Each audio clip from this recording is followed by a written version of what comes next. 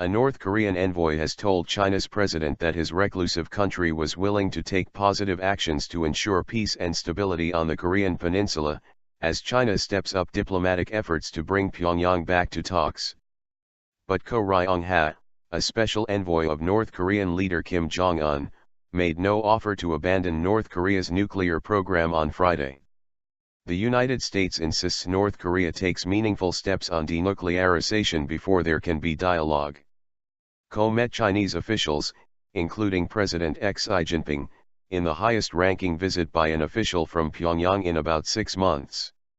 Chinese state media said Choe presented a handwritten letter from Kim to Xi at Beijing's Great Hall of the People.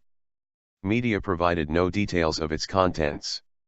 North Korea is willing to make joint efforts with all parties to appropriately resolve related issues through multilateral dialogue and consultations like the six-party talks, and maintain peace and stability on the peninsula, the official Xinhua news service cited Choe as telling Xi. To this end, North Korea is willing to take positive actions, Choe added. Six-party talks. Xi told Choe that the denuclearisation of the peninsula was an aspiration of all peoples and an inevitable trend, saying problems should be resolved through talks.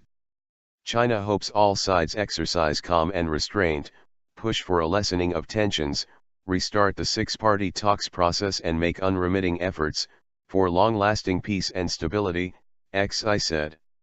China has repeatedly urged North Korea to return to the so-called six-party talks process, aimed at denuclearisation. The United States and its allies believe the North violated a 2005 aid for denuclearisation deal by conducting a nuclear test in 2006 and pursuing a uranium enrichment program that would give it a second path to a nuclear weapon in addition to its plutonium-based program. The six-party aid for disarmament talks, involving the two Koreas, the United States, Japan, Russia and host China, collapsed in 2008 when the North walked away from the deal. China, North Korea's only real ally, has been pushing for a return to talks after weeks of bellicose words from Pyongyang following new United Nations sanctions after the North's third nuclear test in February. Russia welcomed North Korea's declaration of readiness to return to talks and said it deserved a positive assessment, the Interfax news agency quoted Russian Foreign Ministry Special Envoy Grigory Logvinov as saying. China has looked on nervously at the ratcheting up of tension, fearful a misstep could plunge the peninsula into war which could envelop northeastern China.